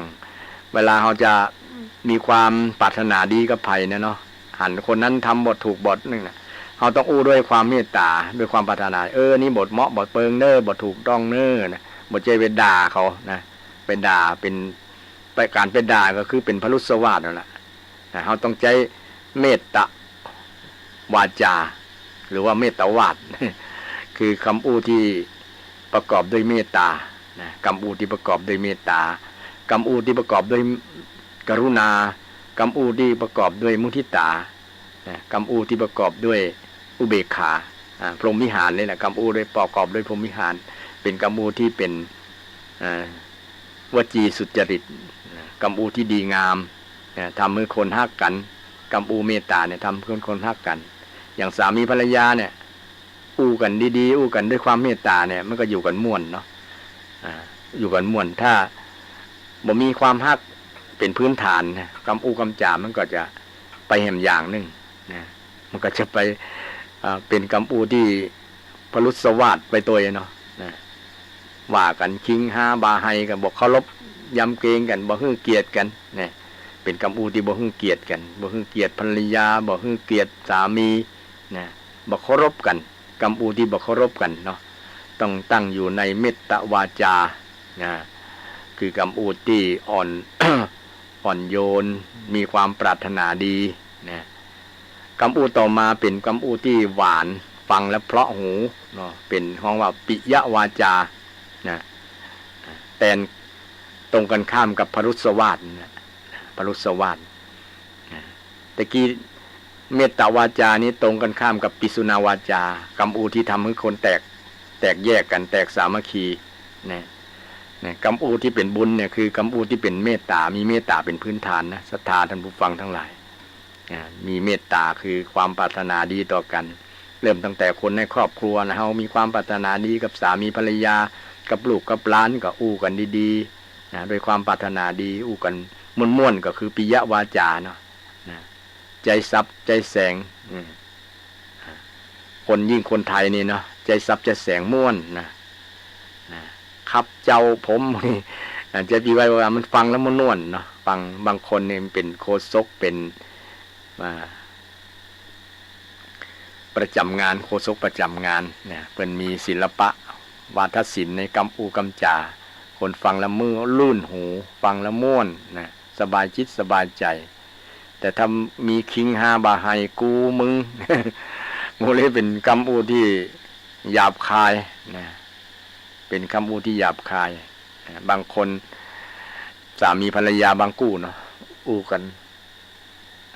บอกวอกอีวอกเนี่ย มันบ่ม่วนเนาะมันบ่ม่วนมันเป็นพลุสวาทมึงคิงฮาบาไฮว่ากันนะบ่เคารพกันนะบ่ฮือเกียรติกันนะมันก็อยู่กันได้ลำบากด้วยความทุกข์นะอยู่ด้วยความทรมานนะแต่เจกรรมอูที่มันเป็นบาปนะต้องเจกรรมอูที่เป็นบุญนะกรรมอูที่ปิยะวาจาปิยะแปลว่าฟังแล้วคนชอบคนฮักนะปิยะน่ารักน่าชื่นชมน่ายินดีนี่ฟังแล้วม่วนฟังแล้วม่วนอย่างกำอูคำสร้อยของตั้งเมืองเหนือเขาก็มีคำว่าเจ้าครับผมวันนี้นะซึ่งเป็นกำอูที่ม่วนนะบ่มีกำอูที่เป็นพรุษวาทหยาบคายนะหยาบคายฟังไม่รื่นหูบ่เพราะหูนะกำอูที่ไพเราะนะที่ฟังแล้วมันม่วนนะอย่างครูบาอาจารย์บางรูปบางตนนี่ฟังแล้วม่วนเพลิดเพลินฟังเป็นกำอูกำจาที่เป็นบุญนะเป็นบุญที่ประกอบด้วยบุญบ่ประกอบด้วยบาป แต่บาปก็เป็นวจีทุจริตนะวจีสุจริตนี่เป็นบุญนะเป็นกำอูที่ประกอบด้วยเมตตาเป็นคำอูที่ประกอบด้วยความรู้นี่อันสุดท้ายเนี่ยนะคือเป็นห้องว่ามันตะวาจามันตะวาจาที่ประกอบด้วยความรู้ประกอบด้วยธรรมเนี่ยหรือว่ามนตะนี่แปลว่าความรู้สตาเวลาเอาสตาคงเคยได้ยินคุณหัวสวดมนต์ก็คือสวดความรู้สวดคำสอนนะสวดความรู้นะมันตะวาจาก็คือวาจาที่เป็นความรู้นะที่ให้ความรู้ที่เป็นธรรมะนี่กรรมอูที่เป็นธรรมะเป็นความรู้เป็นประโยชน์นี่แหละนะชื่อว่ามันตะวาจาท่านผู้ฟังทั้งหลายก็สามารถที่จะสร้างบุญด้วยการกำอูกำจาเนี่ยมันตะวาจาให้ความรู้คนนะให้ความรู้คือคำแนะนำนะเป็นบุญเป็นกุศลนะคือเป็นวิทยาทานพี่น้องเป็นวิทยาทานทั้งความรู้อย่างอาตมานี่ก็เป็นการ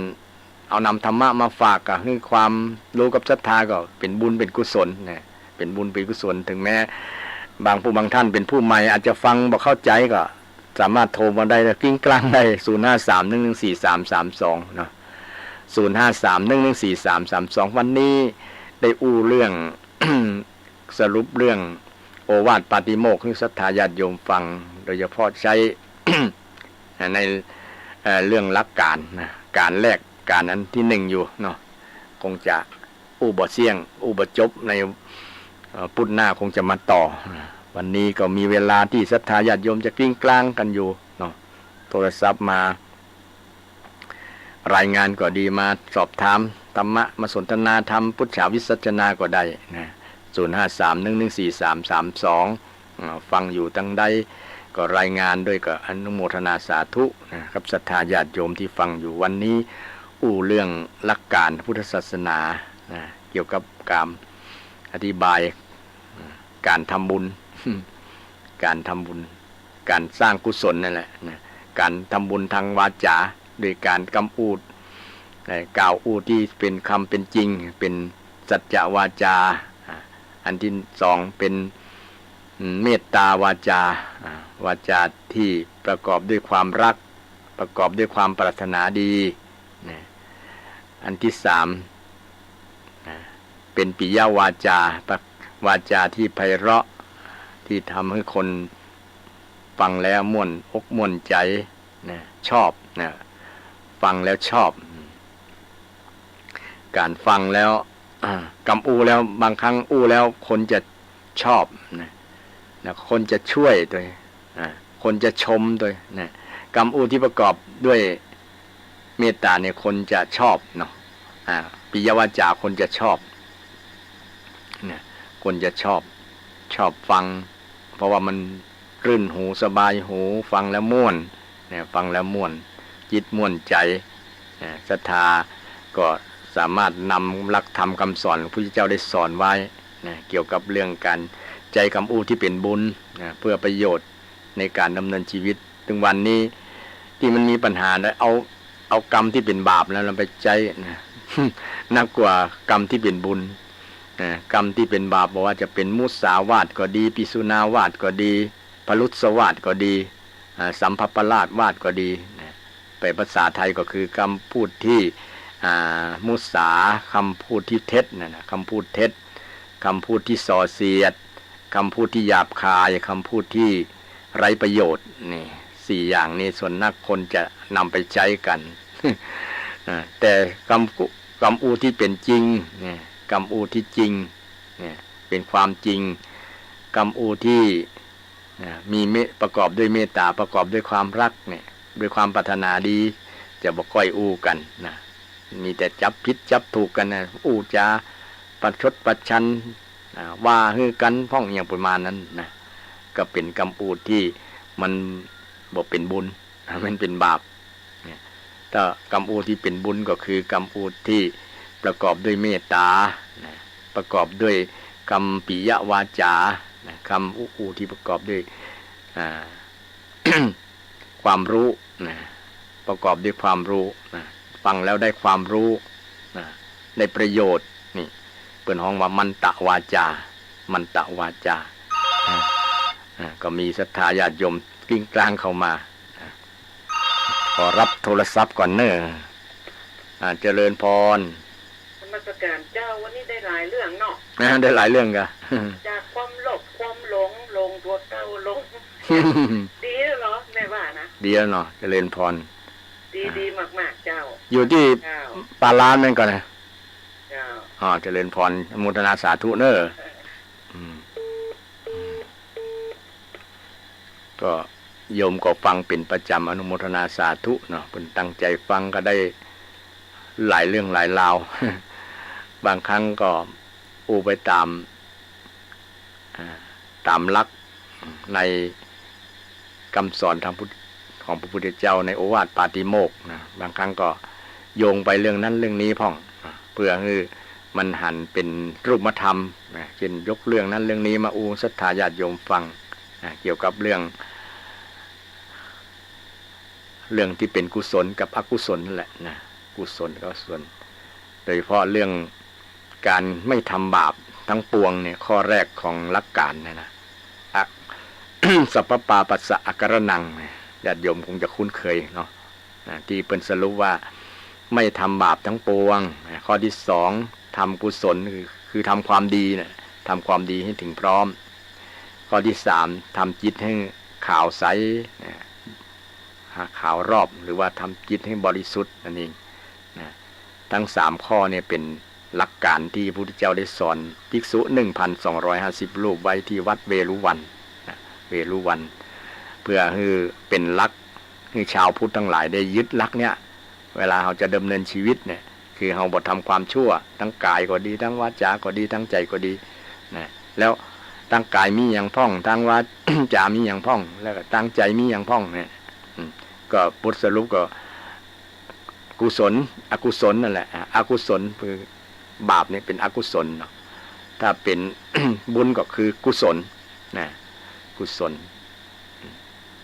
สรุปลงก็อยู่ที่นี่นะวันนี้ก็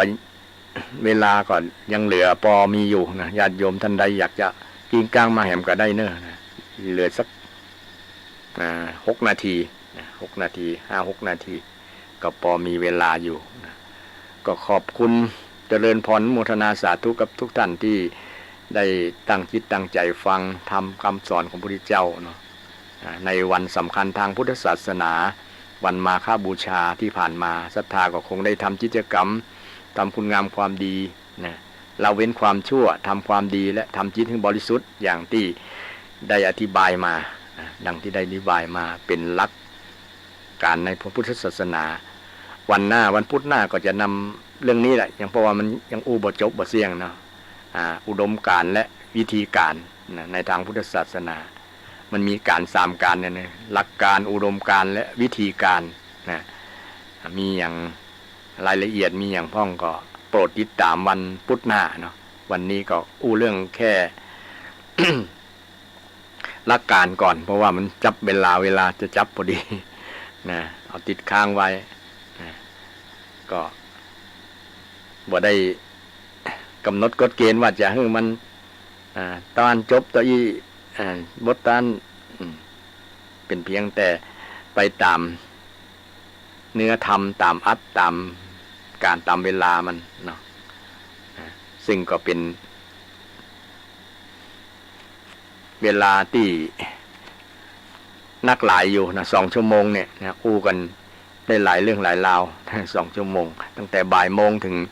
3 โมงนะพอดีบางวันอาจจะมาก่อนบางวันอาจจะล่าช้าสัก5 นาที10 นาทีหรือว่าบางวันอาจจะมาก่อนก็แล้วแต่ทางรายการทางสถานีเพื่อนจะเปิดให้เข้ารายการลุ้นหรือว่าก่อนถ้าก่อนก็ถือว่าเป็นกำไรชีวิต กำไรในการฟังเทศน์ฟังธรรมการฟังเทศน์นี้เป็นการฟังมีแต่สาระล้วนๆนะบ่มีโฆษณาประชาสัมพันธ์อย่างมากหลายนะเพราะว่าเป็นความตั้งใจทางรายการธรรมะเพื่อสืบสานและเพิ่มแรงบันดาลใจจากวัดชัยสถานนะซึ่งสามารถได้รับสาระฟังสาระเต็มที่2 ชั่วโมงนะ2 ชั่วโมงอย่างวันนี้ก็ได้ขยายความเรื่องเกี่ยวกับวันมาฆบูชาโอวาทปาติโมกข์ที่พระเจ้าได้สอนไว้นะตั้ง 2,000 กว่าปีมาแล้วถือว่าวันนี้เป็นวันต้นแบบของการประชุมใหญ่นะประชุมนี้บ่ต้องเจิญเหมือนกับประชุมทางสภารัฐสภาต้องมีประธานรัฐสภามีหนังสือเจิญนะแต่วันนี้ วันเดือน6 เพ็ง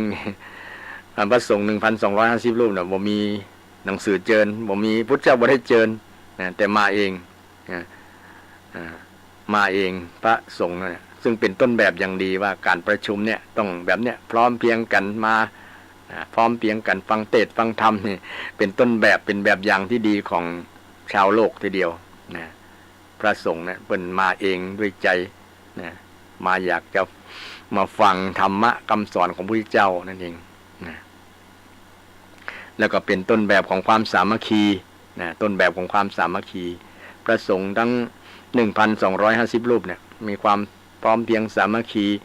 ไปนั่งฟังนะแต่ก่อนบ่มีเก้าอี้นั่งเนาะจะนั่งตามโขดหินหรือว่านั่งที่นี่มีนั่งได้นะคน1,000 คนนี่1,200 คนนี่บ่ใช่น้อยๆนะแสดงว่าพระพุทธองค์นี้ต้องเสียงกังวานได้ยินถึงกัน เสียงดังบ่มีไมโครโฟนบ่มีเครื่องเสียงขยายเสียง สมัยนั้นแต่พระองค์นั่งแล้วเนี่ยเปล่งเสียงก็บ่ใช่ดังแต่ว่ามันมีความอัศจรรย์นะความสามารถพิเศษของพระองค์เนี่ยใครจะอยู่นั่งรับต้นไม้ก็ดีอยู่ในถ้ำก็ดีก็ได้ยินเสียงพระเจ้าอยู่พระเจ้าว่าใครก็ตามที่จะไปอยู่ลืมไหนก็ตามเนี่ยที่จะบ่อยากได้ยินเสียงเขาเนี่ยบ่มีว่าท่านโดยในรัศมีที่พระองค์ประสงค์จะให้ได้ยินนะพระภิกษุสงฆ์ที่ประชุมกันนั่นก็มีความพร้อมเพรียงกันนะเป็นความพร้อมเพรียงกายพร้อมเพรียงปฏิเงียบบ่มีไผอู้จากันบ่เหมือนกับชาวโลกเนาะเวลาไปประชุมกันเสียงดัง อู้กันเรื่องนั้นเรื่องนี้บ่ฟังคนที่อู้ เป็นลักษณะแต่นี่เป็นแบบอย่างที่ดีเงียบนะเงียบหมดนะบ่มีไผอู้ไผจานะฟังตั้งใจฟังทำคำสอนของพระเจ้านะซึ่งเป็น ต้นแบบของความสามัคคีสุขาสังคสะสามัคคีนะแล้วก็เป็นแบบแห่งความกตัญญูนะรู้คุณของพระพุทธเจ้าก็เลยมากราบนมัสการนะมากราบมาไหว้มาทำ ของว่ามาทำมาทำความเคารพนะนอบนบถือว่าเป็นบรมครูของพระสงฆ์ 1,250 รูปนั่นนะเป็นบรมครูของชาวโลกเนาะก็เป็นต้นแบบของความกตัญญูรู้คุณที่พระองค์ได้บวชให้และได้แสดงธรรมได้ฟังนะก็วันนี้เวลาก็หมดเวลานะก็ขอนำรายการจากท่านผู้ฟังไปก่อนวันหน้าจะนำธรรมะเรื่องนี้แหละนะแล้วอาจจะเพิ่มเรื่องถ้าเวลาพอนะหรือว่าเรื่องอื่นๆที่ศรัทธาญาติโยมถามเนี่ยญาติโยมอยากจะถามเรื่องยังก็จะเรื่องนั้นเพิ่มเติมเพื่อก็เป็นสิ่งที่ดีนะสำหรับวันนี้ก็ขอนำรายการจากท่านผู้ฟังไปก่อนวันพุธหน้ามาปะกันใหม่วันนี้ขอให้ทุกท่านทุกคนมีความสุขกายสบายใจนะและก็นำธรรมะคำสอนโอวาทปาฏิโมกข์ของพระเจ้าโดยเฉพาะหลักการไปใช้ดำเนินชีวิตเพื่อเกิดประโยชน์โสติผลมีความสุขมีความเจริญทุกท่านทุกคน